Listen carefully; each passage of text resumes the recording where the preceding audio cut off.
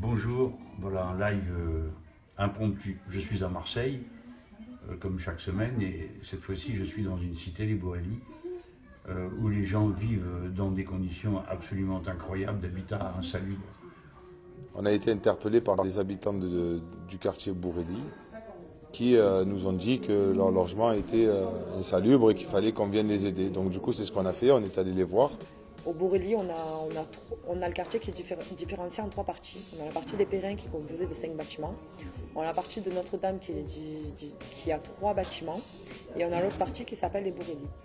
Alors les bâtiments des Périns sont totalement insalubres. Ces 5 bâtiments sont touchés par l'humidité. Donc tous les locataires du rez-de-chaussée au premier étage ont tous des problématiques liées à l'humidité.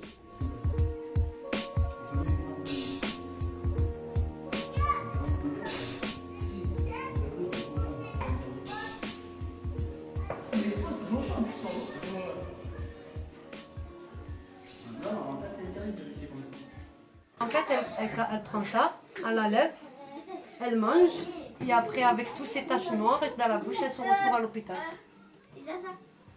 Défigurée, la petite elle a allergie, une grosse allergie, à cause d'humidité. À cause des moisissures qu'on peut voir là, les taches noires, qui sont des moisissures sur le mur, et qu'à cause de ça, la tapisserie ne peut pas coller.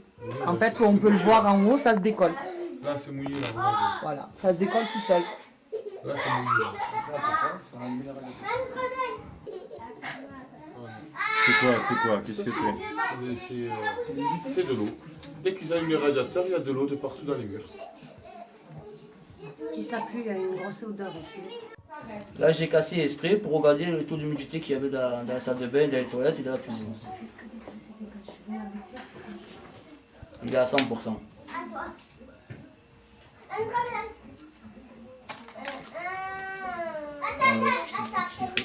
Il n'y a plus rien qui reste.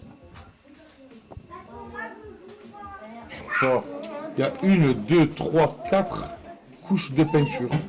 À chaque fois, au lieu de faire la peinture, au lieu de faire les travaux, ben, ils remettent une couche de peinture. Et 3 mois après, ça revient, l'humidité elle revient. Donc c'est quoi ça?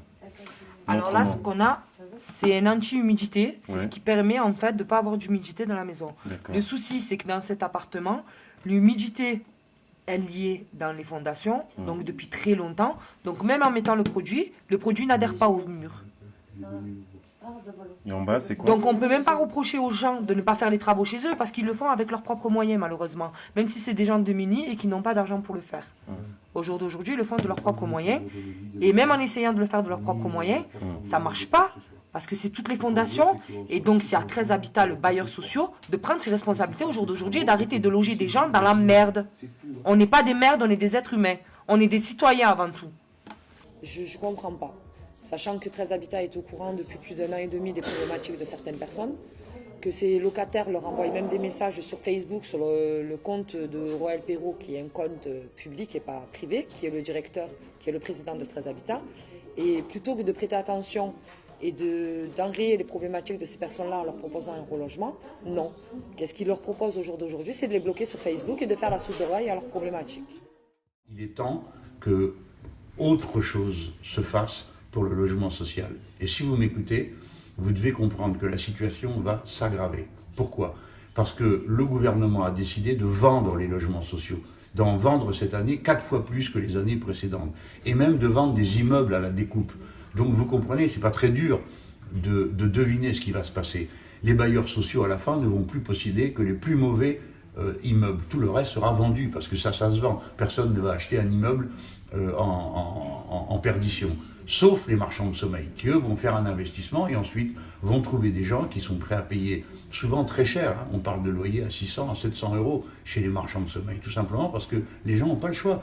Parce que ou bien ils n'ont pas de logement, ou bien on leur demande des garanties qu'ils ne peuvent pas fournir.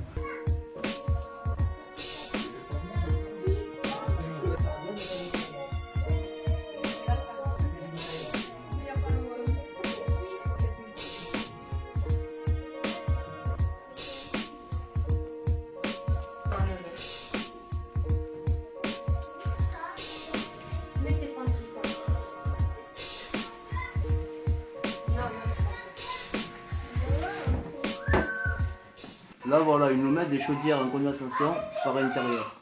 Si on met notre appareil, il y aura au moins, à je sais pas combien de pourcents, de toxification qui rentre à l'intérieur. Normalement, ils nous mettent des chaudières par extérieur. Il n'y a que dans les quartiers nord qui nous mettent ça. Si vous partez dans les quartiers sud à 13 habitants, vous allez voir que c'est tous par extérieur. Et là, c'est à l'intérieur. Là, c'est tout le terrain et les bourreliques, c'est par l'intérieur.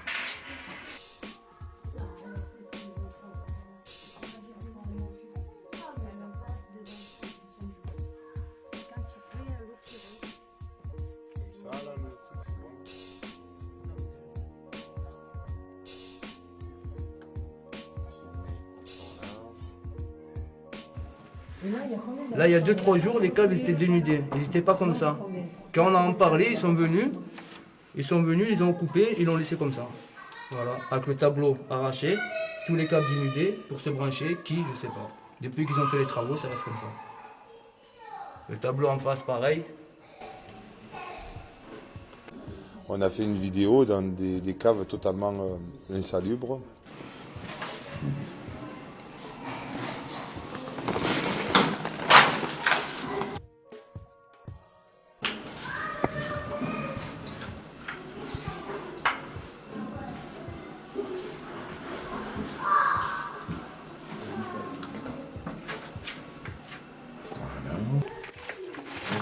Là, c'est une cave qui a été condamnée par le bailleur. Donc en fait, c'est tout pourri, il y a plein de... On voit que c'est pas nettoyé depuis déjà un bon bout de temps. Et puis à l'intérieur, on va voir que en fait, tout le sol, il est totalement humide. D'où l'humidité qui monte dans les logements. Bon, allez, on va...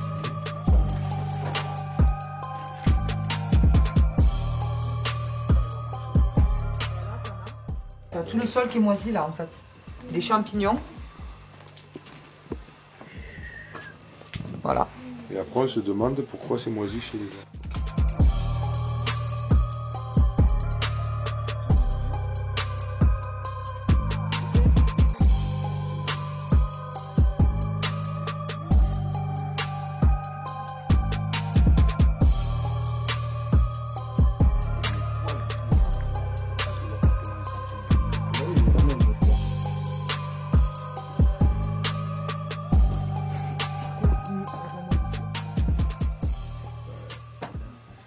Pas trop quoi dire quand je vois tout ça. Je vois le sol, il est humide, plein d'eau. C'est bourré de moisissures. Je sais pas, en plus c'est payé dans les charges des locataires. Donc du coup c'est un peu... c'est à l'abandon complet. On voit qu'il n'y a aucun entretien de la part des bailleurs sociaux. Donc c'est un gros scandale, quoi.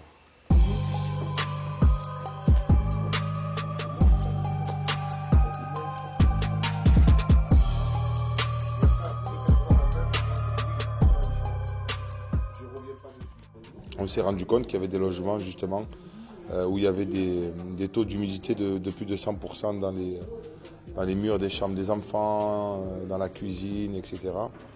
Et en fait c'était lié à l'insalubrité des caves. Par contre là-bas c'est choquant.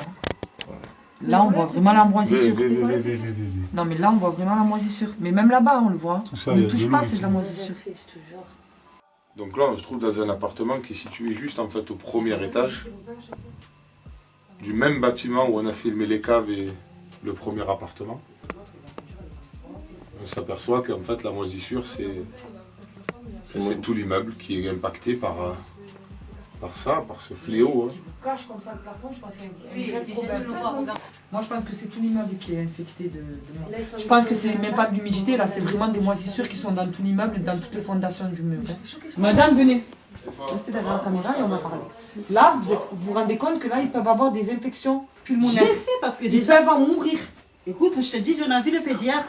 On a vu le pédiatre, il a fait une certificat et tout ça, quoi. C'est pas normal avec les enfants, même le petit, là, il a un souci parce qu'il y a les chambres de grand et l'autre pour le petit aussi. Même le lit, on a déjà tout jeté, il dort par terre. Je mets en garde. Je ne crois pas que les gens se laissent faire. Je ne crois pas que les gens qui sont à l'abandon se laissent abandonner. Et j'espère qu'eux aussi vont réagir. En tout cas, les autorités doivent prendre leurs décisions. Mais je ne voudrais pas non plus qu'on croie que parce que on s'est occupé de déloger 1500 personnes, tout le reste va bien. Non, le reste, c'est ce que vous avez derrière moi, c'est-à-dire un immeuble, des murs où les gens passent leur vie à repeindre pour empêcher l'eau de passer, la moisissure de passer. C'est des appartements où vous autres qui m'écoutez, vous ne le croiriez pas, et vous ne le croirez peut-être pas quand vous verrez les photos à l'intérieur de nos vidéos. C'est des appartements où sur des taches de moisissure, vous avez des champignons, vous m'entendez, avec une corolle comme ça. Une corolle, mes amis, comme ce qu'on trouve les champignons dans les bois.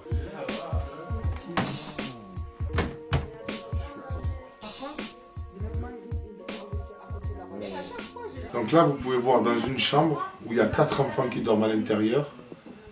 Les locataires envoient des courriers à 13 habitats. Aucune réponse. On ne fait pas des travaux. Franchement, c'est inhumain de voir ça. Franchement, je suis content que les gens ils vont se mobiliser pour montrer un peu l'intérieur de leur appartement. Le plus souvent, les gens ont honte. N'ayez pas honte. Sortez dans la rue, manifestez-vous pour montrer ce que vous êtes en train de vivre. Là, on est dans le 15e arrondissement de Marseille, à la cité des Bourrellis. C'est totalement infesté de moisissures, de la cave jusqu'au dernier étage. Là, on est au dernier étage. Il ne faut pas que vous restiez dans des conditions pareilles. Il faut que vous demandiez vos droits. Vos droits, vous êtes locataire dans un logement social. Vous demandez qu'ils rénovent votre appartement si c'est tout moisi. Il ne faut pas arrêter de subir. Arrêtez de subir. Faire entendre la voix brute de celles et ceux qui vivent le mal logement et ses conséquences. Donc on invite maintenant les proches des victimes et les délogés à venir prendre la parole. Donc moi j'ai été évacuée, ça fait 2 semaines, je suis à l'hôtel. Et mon appartement donc est insalubre, il est en train de s'effondrer, quoi. J'ai le plancher qui s'affaisse et les murs qui se détachent, mais à part ça tout va bien. Mon agence vient de me dire qu'ils ne peuvent plus payer mon hôtel, de réintégrer mon logement, parce que ça a été étayé, mais par contre il n'y a pas d'expert. Aucun expert n'est venu me dire que je pouvais réintégrer mon appartement, ils m'ont dit que c'était oral, et que je pouvais réintégrer mon appartement, mais d'être, c'est quoi le terme ? D'être prudente et vigilante dans mon appartement. Donc je dois marcher sur la pointe des pieds chez moi. Donc je peux vous dire que je ne peux pas aller aux toilettes, je ne peux pas aller dans la douche parce que j'ai le plafond fissuré.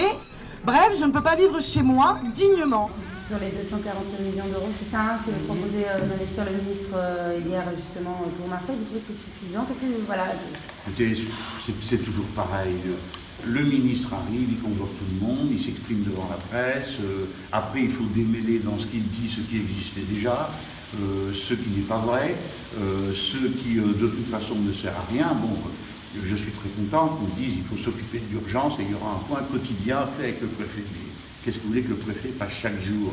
Bien sûr, tant mieux qu'il suit l'urgence, tant mieux, mais il faut réquisitionner maintenant, monsieur le préfet. La loi prévoit ça.